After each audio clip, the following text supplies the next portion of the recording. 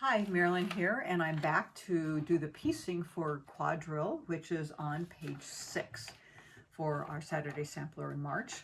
So the first thing that we're doing is making a bunch of half square triangles. So, not a bunch, but 12. Okay, 4 of half square triangle A, and it's fabrics, 2 and 5. So this is fabric 2 and 5. And you're going to, of course, cut them down to 2.5 inches, and you're going to press 2 fabric 5, and then you're going to be taking fabric 4 and 8.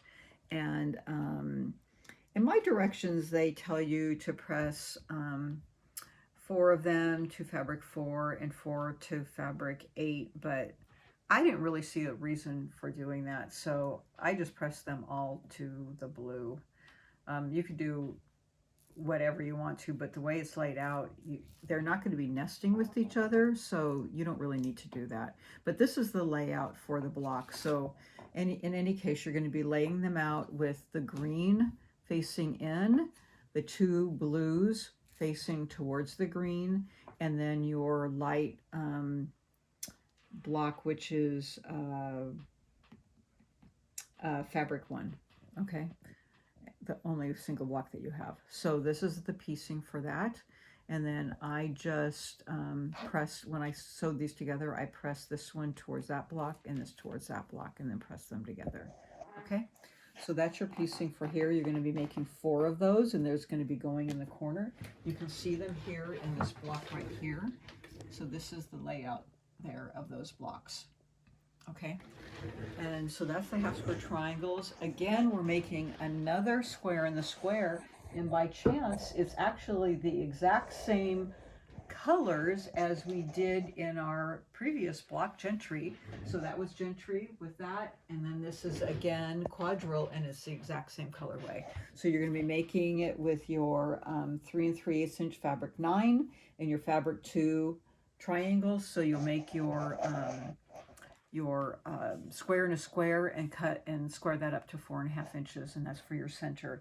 And then lastly, we're going to be making our flying geese, and we're going to be taking first for flying geese A, your fabric 8 and 11 with 11 as the base, and then flying geese B, fabrics 1 and 11 with 1 as the base, and you'll end up with 4 of each, and you'll cut those down to 2.5 by 4.5.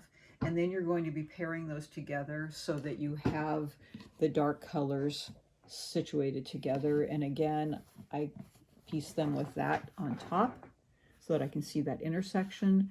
And I did press it to that flying geese because there's no seams there, so it folds very nicely together.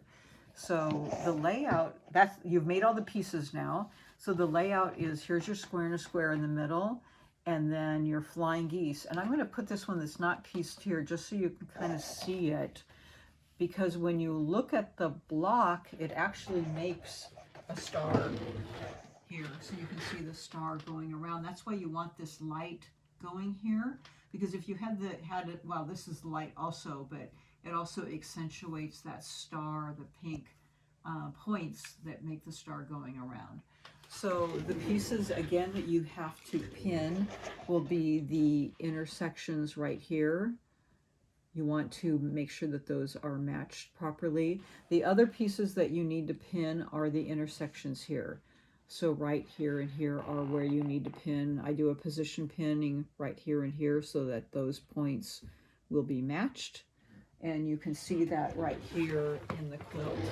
So here is where you need to pin so that those points match and those points match. So there is a little bit of pinning to put this block together to make sure that these match. But if you've been pinning along and do that position pin like we talked about early on, it does make it worthwhile, because if you're pinning it properly, then it usually matches right off the bat, and then you don't have to be ripping it out. Okay, and if you are having trouble pinning, then please reach out to me and I can, meet with you or show you again how to be doing that. But it does work, and as you can see, I have pretty good success in the quilt.